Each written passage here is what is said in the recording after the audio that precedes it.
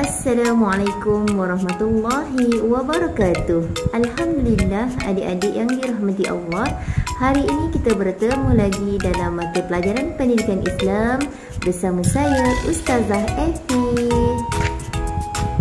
Baiklah adik-adik, kita mulakan pembelajaran dengan bacaan doa. Doa belajar dan penerang hati. Allahumma aftah alaina hikmataka wanshur alaina min khazaini rahmatika ya arhamar rahimin.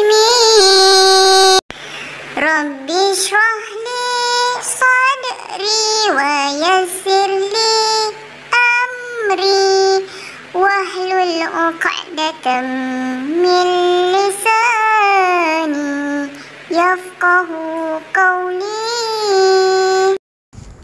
Amin, amin, amin ya Rabbal Alamin. Moga Allah makbulkan doa kita semua. Adik-adik yang dirahmati Allah, sebelum kita meneruskan lagi pembelajaran kita, Ustazah nak adik-adik cuba dengarkan lirik lagu ini. Assalamualaikum, kami mulakan. Kita cerita tentang persahabatan. Banyak adab boleh diamalkan. Barulah hidup harmoni dan aman. Dah dengar lagu tadi? Cuba adik-adik jawab. Apa yang disebutkan dalam lirik lagu itu?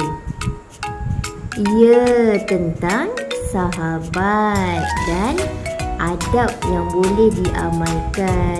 Sebenarnya, ia berkaitan dengan tajuk kita hari ini, iaitu Indahnya Persahabatan Bidang Adab Tahun 2. Baiklah adik-adik, sebelum kita meneruskan pembelajaran, Ustazah nak adik-adik dengar apa itu objektif pembelajaran kita bagi tajuk ini. Objektif pembelajaran yang pertama, di akhir pembelajaran adik-adik akan dapat menerangkan maksud sahabat. Yang kedua, adik-adik dapat membaca dalil nakli berkaitan adab bersahabat. Dan yang ketiga, adik-adik dapat mengaplikasikan adab-adab bersahabat mengikut sunnah Rasulullah SAW dalam kehidupan harian.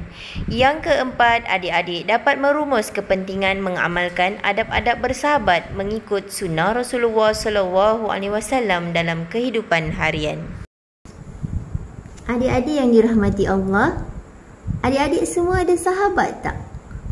Mestilah ada kan? BFF, sahabat sejati. Kita cerita tentang sahabat di sekeliling kita. Sahabat sebelah meja. Baik. Apa maksud sahabat adik-adik? Ya, maksud sahabat ialah orang yang dikenali rapat dan disukai. Mereka ini sentiasa bersama-sama dengan kita ketika susah dan senang. Maksudnya sahabat ni ada di sisi kita bukan masa kita senang je tau. Masa kita susah pun dia bantu kita. Kita bantu dia, dia bantu kita. Itulah maksud sahabat. Seterusnya adik-adik, jom ikut Ustazah baca dalil nakli yang berkaitan dengan tajuk pelajaran kita. Sabda Rasulullah sallallahu alaihi wasallam yang diriwayatkan oleh Bukhari dan Muslim yang berbunyi, La yu'minu ahadukum hatta yuhibba li akhihi ma yuhibbu li nafsihi. Maksudnya apa adik-adik? Tidak sempurna iman seseorang daripada kamu sehingga kamu kasihi saudara yang lain seperti diri sendiri. Maksudnya kita sayangkan orang lain sebagaimana kita menyayangi diri sendiri. Adik-adik sayang tak diri sendiri? Sayang. Maka sayangilah orang lain. Kalau kita kasih pada orang, orang kasih pada kita. Baiklah, seterusnya adab-adab bersahabat. Kita dengarkan dulu lirik lagu ini. Kemudian Ustazah nak adik-adik sebutkan semula, senaraikan apa adab-adab sahabat dalam lirik lagu ini. Adab bersahabat, bertolong-tolongan, sebutan yang baik dalam panggilan. Nasihat diberi akan berkesan, di hari lahirnya hadiah diberikan. Marilah doakan untuk sahabat, ziarahilah kalau tidak sihat. Elakkan sengketa dan berkata kesat. Marilah kita utama sahabat. Itulah antara adab-adab yang kita boleh amalkan ketika bersahabat antara satu sama lain, berkasih sayang kerana Allah. Baik, seterusnya kita lihat apa pula kepentingan mengamalkan adab-adab bersahabat mengikut sunnah Rasulullah sallallahu alaihi wasallam. Baik, sifat penyayang. Lahirnya sifat penyayang dapat memupuk rasa kasih dan sayang dan menyemai sifat berkongsi kurniaan Allah Subhanahu wa taala. Yang kedua, sifat prihatin.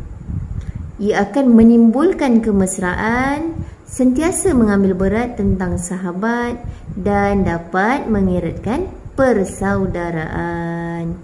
Baik, yang ketiga, peroleh kebahagiaan. Nak peroleh kebahagiaan tak? Adik-adik nak bahagia tak?